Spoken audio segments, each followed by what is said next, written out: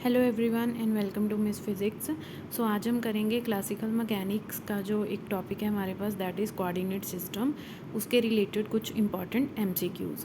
Coordinate system जो होता है, जो क्लासिकल मैकेनिक्स के लिए है, किसी भी फिज़िक्स में हमें बहुत नेसेसरी होता है उसको समझना। उसके एंगल्स क्या होते हैं, जैसे कौन कौन से सिस्टम होते हैं, like Cartesian coordinate system, spherical polar coordinate system, polar coordinate system और सिलेंड्रिकल कोऑर्डिनेट सिस्टम। ठीक है, तो उसके रिलेटेड जो इंपॉर्टेंट एमसीक्यूज़ हैं वो आज हम करेंगे। So let's start the video. So the first question is to obtain the left handed Cartesian coordinate system from right handed Cartesian coordinate system we need to reverse the direction of। तो अगर हमें Cartesian coordinate system को left से right से left में change करना है तो उसमें हमें क्या करना पड़ेगा। उसको कितनी एक्सिस की डायरेक्शन रिवर्स करनी पड़ेगी, 1 axis, 2 axis, all the 3 axis और नन ऑफ दिस। तो इसका आंसर है ओनली 1 एक्सिस, कि हम सिर्फ 1 एक्सिस को उसकी डायरेक्शन रिवर्स करके जो हमारे पास लेफ़्ट हैंडेड कोऑर्डिनेट सिस्टम है उसको राइट में कन्वर्ट कर सकते हैं, राइट को किस में कर सकते हैं, लेफ़्ट में। So the option A is correct. Question number 2, in spherical coordinate system r theta phi represent. तो जो हमारे पास स्फेरिकल कोऑर्डिनेट सिस्टम होता है उसमें जो आर होता है वो रिप्रेजेंट करता है रेडियल डिस्टेंस पार्टिकल का। Like this is the point P, this is the origin, so this distance will be represented by r radial. ठीक है, थीटा जो होता है दैट इज़ जीनथ एंगल, और जो फाई होता है, थीटा क्या होता है हमारे पास, जीनथ एंगल, और जो फाई होता है वो होता है azimuthal angle. So the option C is correct. Again R represent the radial distance, theta represent the zenith angle and phi represent the azimuthal angle. Question number 3, the maximum value of theta in the spherical polar coordinate be. तो जो theta की maximum value है वो कितनी हो सकती है spherical polar coordinate system में, दैट इज़ पाई। और अगर आपको थीटा की वेरिएशन पूछ ली जाए कि थीटा कहाँ से कहाँ तक वेरी करता है, तो that is from 0 to pi. तो मैक्सिमम वैल्यू उसकी कितनी रहेगी, pi. So the option B is correct. Question number 4, zenith angle vary from. देखिए वही क्वेश्चन आ गया जो जिसका आंसर अभी मैंने आपको बताया है। तो जीनथ एंगल होता है थीटा, थीटा जो वेरी करता है that is from 0 to pi, उसकी मैक्सिमम वैल्यू कितनी होती है, pi. So the option B is correct. Question number 5, the particle moves along Y axis in a plane.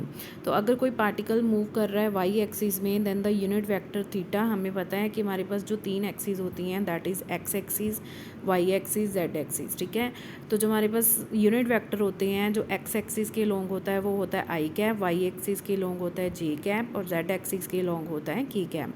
तो उन्होंने वाई एक्सिस का पूछा है, so the y is also positive. ठीक है, ये भी आपको देखना है कि वो पॉजिटिव के बारे में पूछ रहा है या नेगेटिव में। तो ये यहाँ पे कुछ भी मेंशन नहीं है तो दैट मीन्स पॉजिटिव। ठीक है, so the option B is correct. A path of the particle,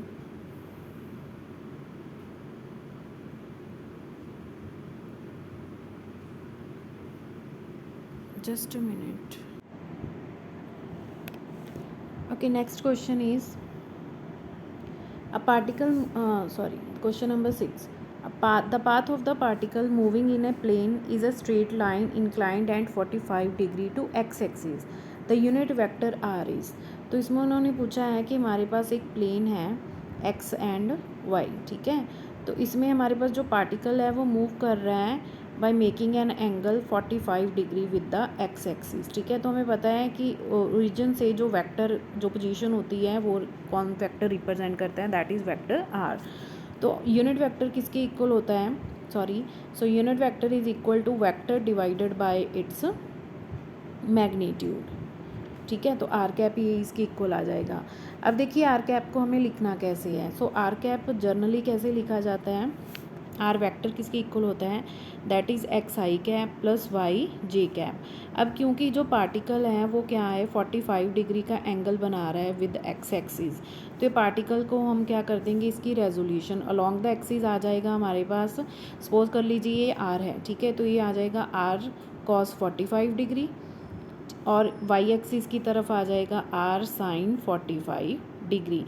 तो अगर तो पार्टिकल है कोई एंगल नहीं दिया, then we will write simply as x i cap plus y j cap. अब हमें पार्टिकल का क्या मिल गया है, एंगल। तो अब इसको हम लिखेंगे एक्स एक्सिस की तरफ उसकी वैल्यू कितनी होगी, r cos 45 degree, plus y axis की तरफ कितनी वैल्यू होगी, आर साइन 45 डिग्री। आर दोनों में से क्या हो जाएगा, कॉमन आ जाएगा। कॉस 45 भी 1/√2 के इक्वल होता है और साइन 45 भी 1/√2 के इक्वल होता है। और साथ में आएंगे इनके यूनिट वेक्टर्स, और ये आएंगे इनके साथ unit vector I cap and J cap. ठीक है, क्योंकि हमें आंसर भी किस में दिया हुआ है, यूनिट वेक्टर में दिया हुआ है। Then according to this option D is correct.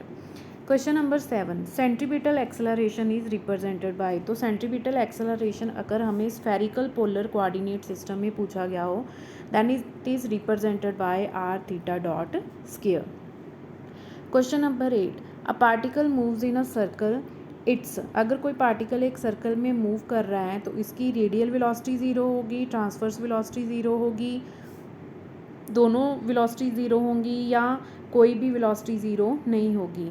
तो अगर कोई भी पार्टिकल एक सर्कल में मूव कर रहा है तो उसकी जो रेडियल वेलोसिटी है, that is velocity along the radius, वो क्या होती है, ज़ीरो होती है। So the option A is correct.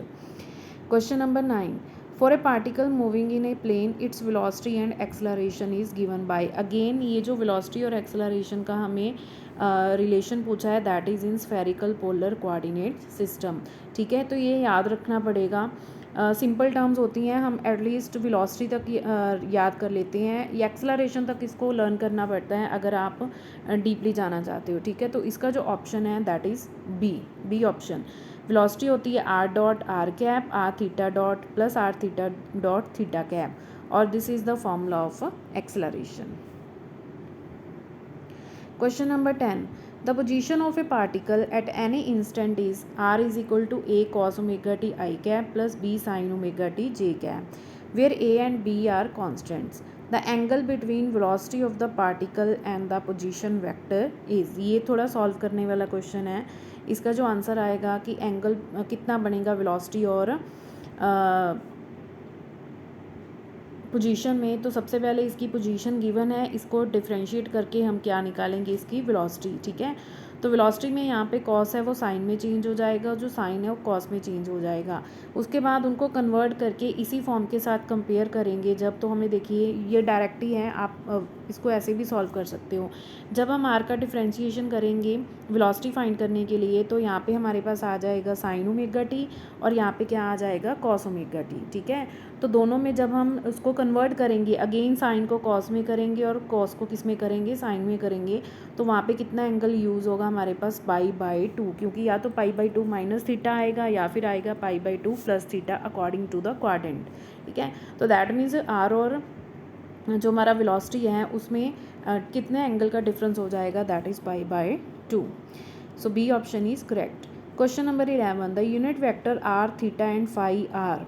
ठीक है, तो ये जो यूनिट वेक्टर होते हैं वो म्यूचुअली क्या होते हैं, परपेंडिकुलर होते हैं। जैसे हमारे पास आई जी और के कैप होते हैं स्फेरिकल पोलर कोऑर्डिनेट सिस्टम में, वैसे ही जो हमारे पास आर थीटा फाई है स्फेरिकल पोलर कोऑर्डिनेट सिस्टम में, these are perpendicular to each other. Next is if r theta phi one spherical polar coordinate, one of the following is 0। ठीक है, तो अगर ये स्फेरिकल पोलर कोऑर्डिनेट है तो इसमें कौन सी टर्म क्या होगी, 0 होगी। तो इसमें जो 0 होगी वो टर्म क्या होगी, that is d curly phi by curly theta. Question number 13, for the particle moving in a space the radial component of its velocity and acceleration are given by. ठीक है, ये सेम क्वेश्चन रिपीट हो गया है। ये हमारे पास क्या है, ये रेडियल, इसमें क्या है, जो पीछे हमारे पास क्वेश्चन आया था उसमें दोनों कंपोनेंट्स थी, आर में भी थी उसकी वैल्यू और थीटा में भी थी। ठीक है, बट ये जो वैल्यू गिवन है वो सिर्फ हमें क्या पूछा है, that is radial component. So the 13 question का जो आंसर आएगा दैट इज़ ऑप्शन ए।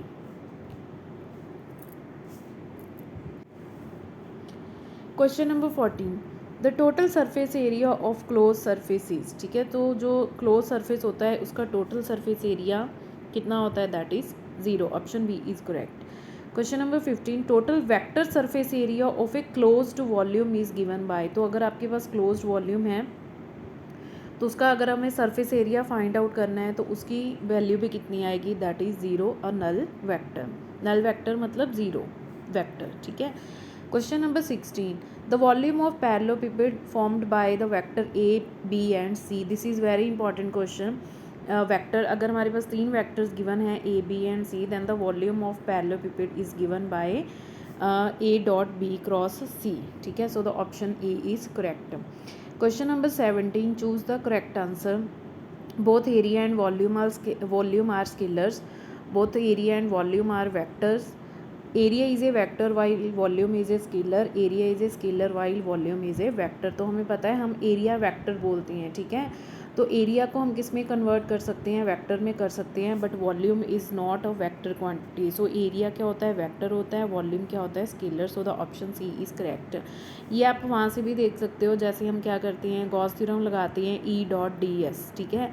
तो यहाँ पे जो डी एस है बेसिकली वो एरिया रिप्रेजेंट करता है, एरिया वेक्टर रिप्रेजेंट करता है। जैसे हम बोलते हैं कि जो डी एस की डायरेक्शन होती है that is perpendicular to the surface. अब ये देखिए, ये जो सिर्फ बॉक्स है this represent surface, only surface, but इसका अगर हम एरिया वेक्टर फाइंड करेंगे, इसकी डायरेक्शन फाइंड करेंगे that is perpendicular to the surface, तो फिर ये वेक्टर क्वांटिटी बन जाती है।